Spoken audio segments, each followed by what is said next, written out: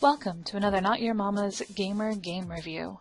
This week I'm looking at the indie game Continue ? 98765432110 called Continue for the rest of this review. This game recently came out on Steam and is available on Windows, Macs, and Linux. Let's get started.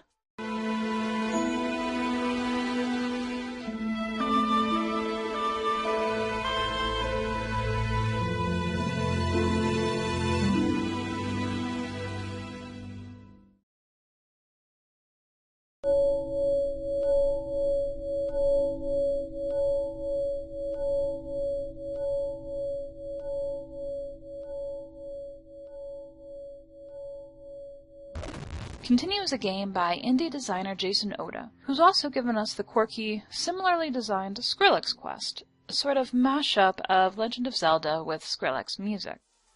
I've posted a link to Skrillex Quest in the info box. If you're interested in Continue, you might actually check out Skrillex Quest first. It's a free-to-play browser game with the same aesthetic style and many of the same mechanics.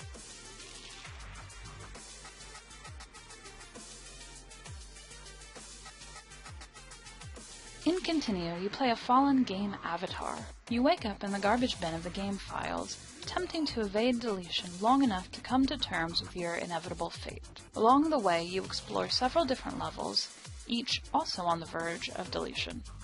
As you talk to various NPCs, you gain access to secret areas, and you must decide between asking NPCs to lend you their lightning, which will clear a path to escape to the next level, or their prayers, which will shelter you when the deletion storm hits. The narrative is an interesting enough concept, exploring existence, desire, and mortality throughout. Each of the various levels you explore is themed, and many of those themes reflect various cultural tropes that gamers will likely be familiar with. The War and Pink Castles levels are obvious references to other games, while the Slums and Trailer Park levels, which contain whores and hobos in the former, and juggalos and Native Americans in the latter, clearly explore contemporary social issues and pop culture.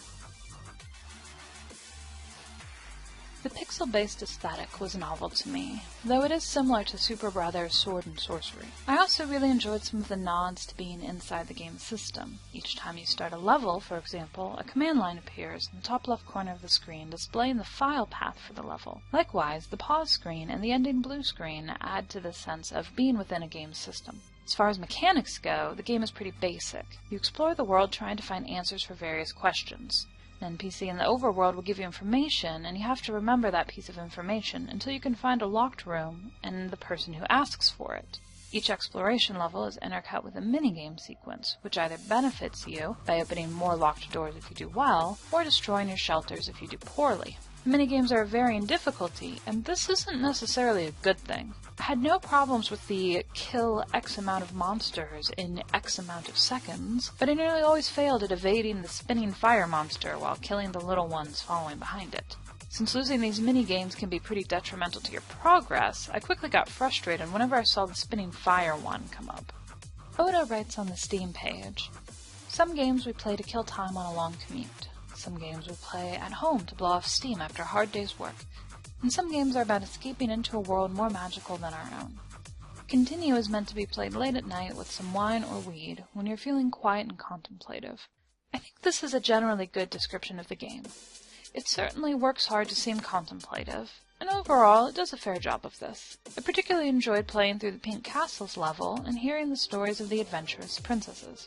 The themes in each level are evocative and well done, and hearing the individual prayers each of my characters recited at deletion was a nice way to reflect on the particular levels I had played with that avatar. At the same time, this certainly isn't a game I would play for more than an hour or so at a time. Indeed, playing roughly 6 hours over a day and a half to finish this review started to stretch my patience with the system. The cutscenes, enjoyable and contemplative the first time you see them, can get old, and they aren't all skippable. The randomized levels feature. Each game you can play through up to 6 levels, randomly chosen from the 11 possible. Became a bit frustrating when, in my 5 total plays, I never saw some levels, and saw some repeatedly. Further, I only got to topple Pink Castles level once while I wasn't recording, and ended up playing an extra 2 hours to try and record it with no luck. Finally, I think you do reach a saturation point with the very poetic, dismal stories of the NPCs. While this is, in my opinion, the richest part of the game, it's also easy to get overloaded after more than one playthrough in a single sitting. NPC Life Story number 10 just doesn't have the same emotional weight after having listened to the first 9. Overall, I'd say Continue is definitely worth a shot if you're looking for an introspective, contemplative game to spend about an hour with. I'll certainly be going back to try to play through those last few levels, though probably not all at once. The game is $10 on Steam and has frequently been on Humble sales for $5.